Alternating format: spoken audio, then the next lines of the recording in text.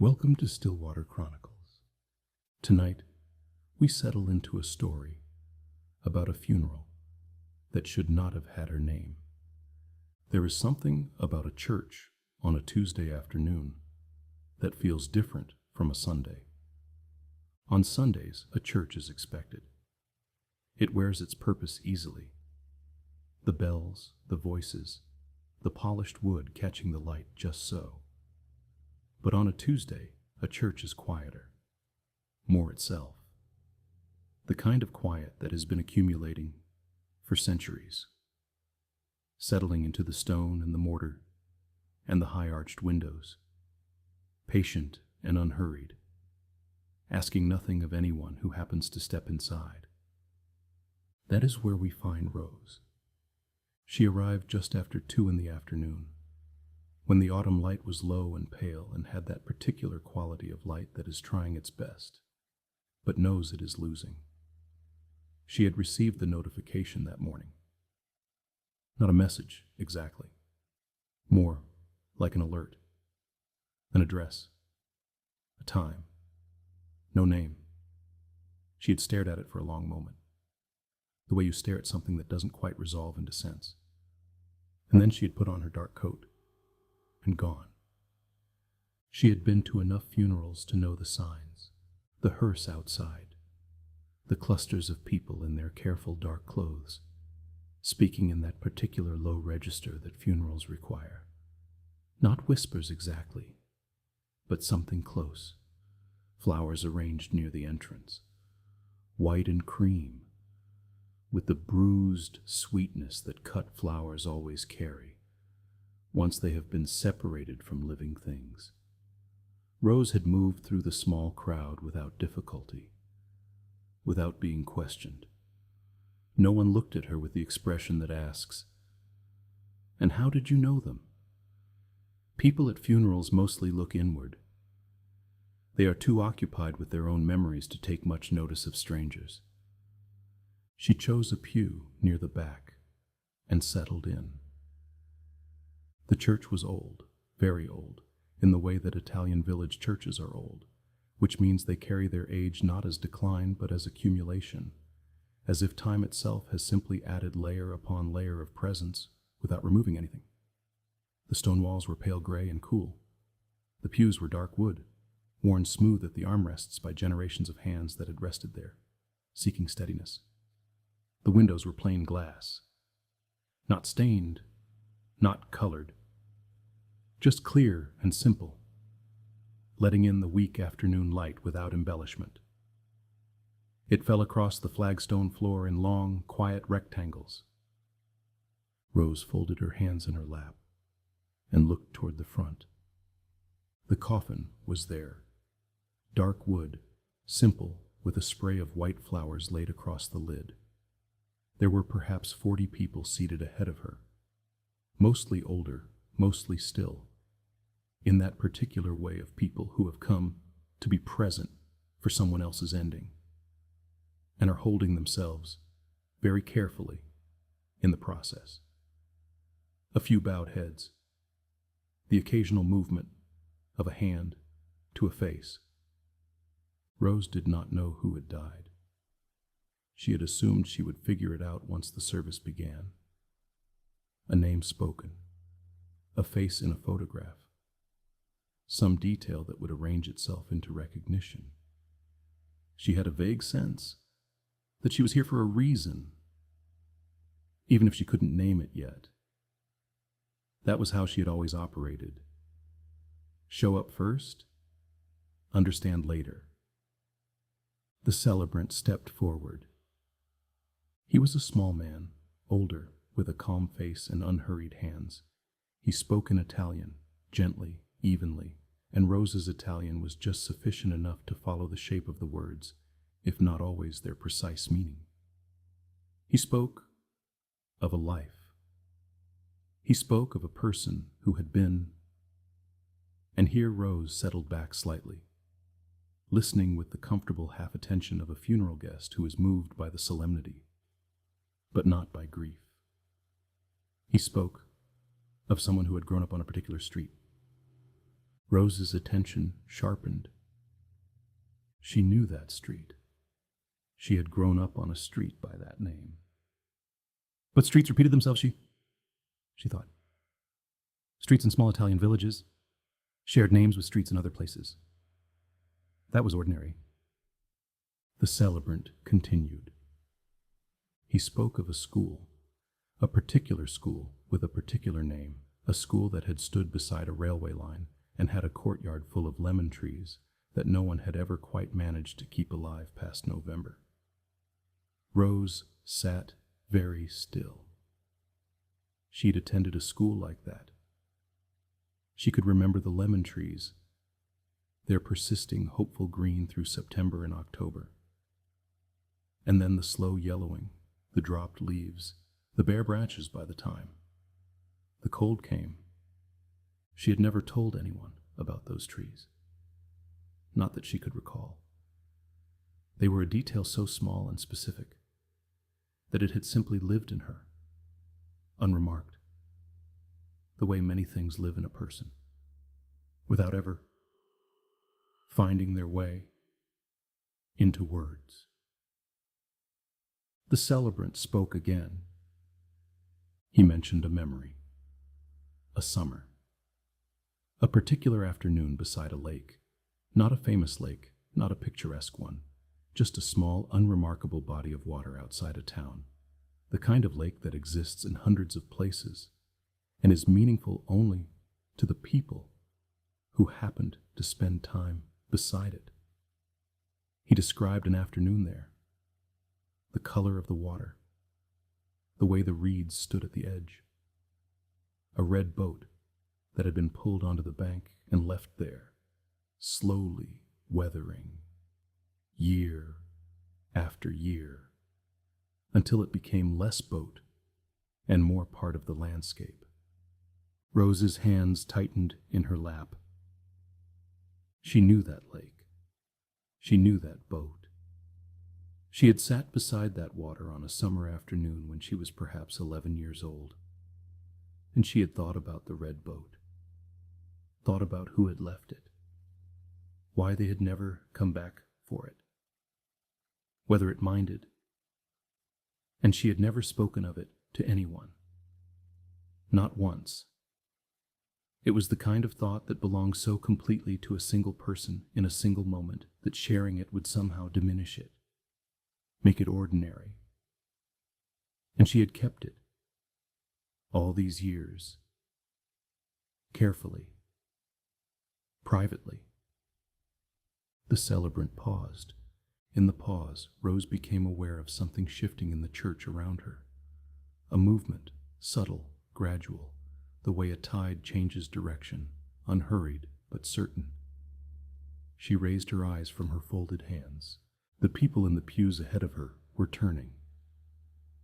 Not all at once. One by one, slowly, with the same careful quietness that had characterized everything about this afternoon.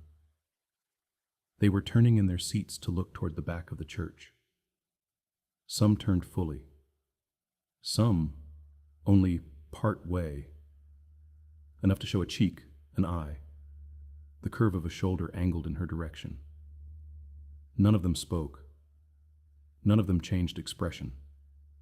They simply turned and looked, with the patient attention of people who had been waiting for something they already knew was coming.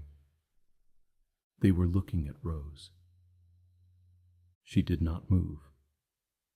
She held herself very still, the same way she had sat beside that lake when she was 11, when the afternoon had felt too quiet and too perfect, and she had been afraid that moving would break something irreparable. She counted the faces that had turned toward her. 7, 12, 20, more. And still the celebrant stood at the front, waiting, his hands folded and his expression composed, as though this was all proceeding exactly as it should. Then the sound reached her from the front row. It was not loud. It was barely more than a breath. a soft and broken sound, the sound of someone who has been holding something for a very long time and has finally, quietly, let it go. A woman in the front row had her face in her hands. Her shoulders moved. Small, careful movements. The kind of crying that is trying very hard not to be observed and failing only slightly. Rose did not know her. And yet, looking at the set of those shoulders, the particular way the woman held herself even in grief, with a kind of dignity that was effortful and therefore all the more affecting, Rose felt something shift inside her own chest, a loosening, a recognition that had no name. She looked at the coffin. Dark wood, white flowers, plain and still in the pale autumn light. The celebrant began to speak again, and his words came slowly now, each one placed with care, and Rose found that she understood them fully, not just their shape, but their meaning, their weight, in a way that felt less like comprehension and more like remembering.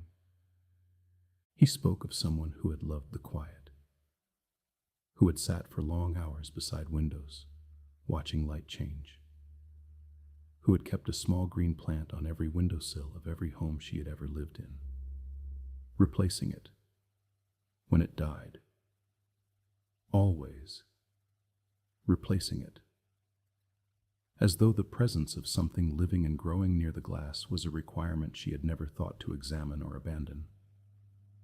Who had slept best in autumn, when the nights came early, and the cold made the inside of any room feel like a shelter, rather than simply a space. Rose had a green plant on her windowsill at home. She was not thinking about it right now. She was thinking about it now. The woman in the front row wept softly, with her face still in her hands. The faces in the pews continued to watch Rose with their patient, unhurried attention. And Rose sat, very still, and let the words of the celebrant continue to move through her, each detail landing in a place that had always been waiting for it, each memory fitting not like a revelation, but like a key turning in a lock that you have been carrying so long you stop noticing its weight. She thought about the notification she had received that morning, the address, the time, no name. She understood now that there had been a name, that she had simply not been given it, or perhaps had not been ready to read it, or perhaps it had been there all along, waiting for her to arrive at a place where seeing it would be possible. The weak autumn light moved across the stone floor. Outside, the hearse stood patient and quiet. Inside, the flowers on the coffin cast no shadow. Rose breathed slowly. In, out. The church breathed with her, or she breathed with it. She could no longer tell which was following which. The stone walls held the sound of her breathing the way they held everything else. Carefully, without judgment, without urgency. She thought about the lemon trees in the school courtyard. She thought about the red boat beside the lake. She thought about the green plant on her windowsill at home, which she had watered just this morning, without thinking, the way you do things that have become so familiar they no longer require thought. She thought about all the things she had kept, not secrets exactly, just small, private things, the accumulated interior of a life, all the details that had never made it into words because words had not seemed necessary, because they had belonged fully and only to her.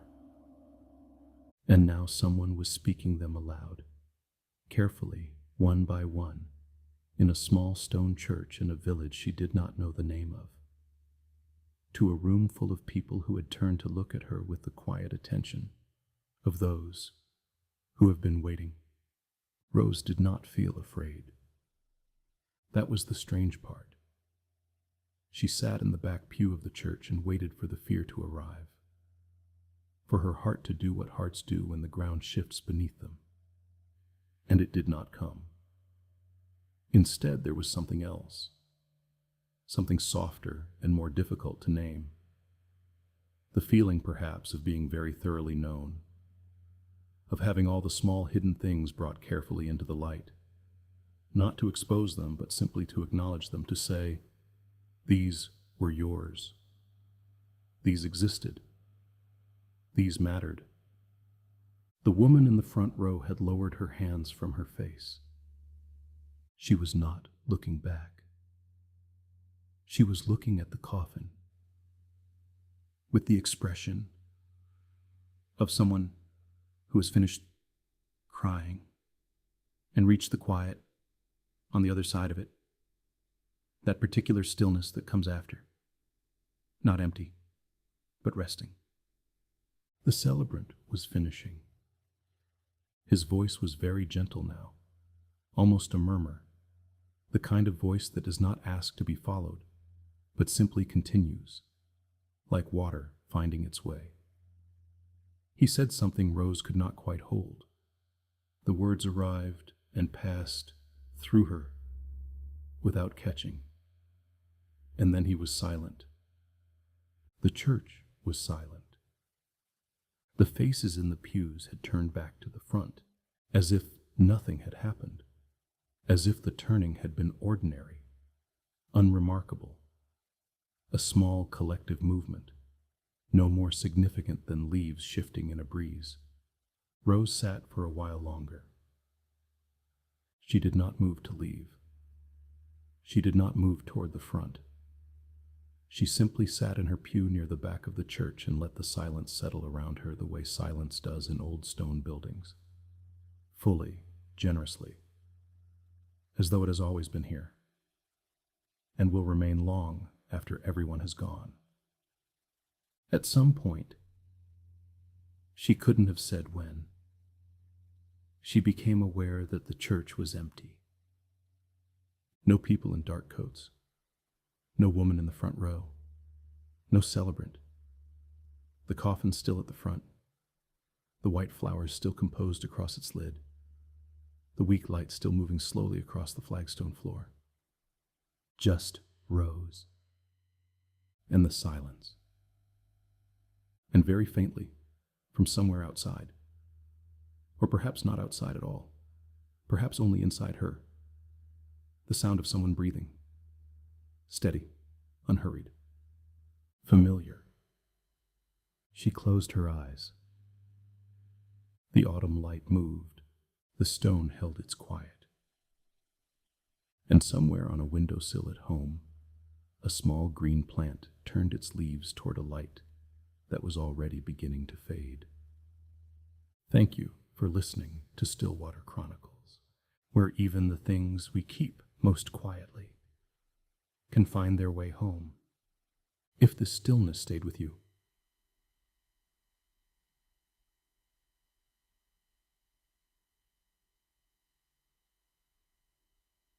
If something in Rose's church settled somewhere inside you, then let it remain a little while longer. Some funerals, after all, are not about endings. They are about finally being known. Rest now, you are seen.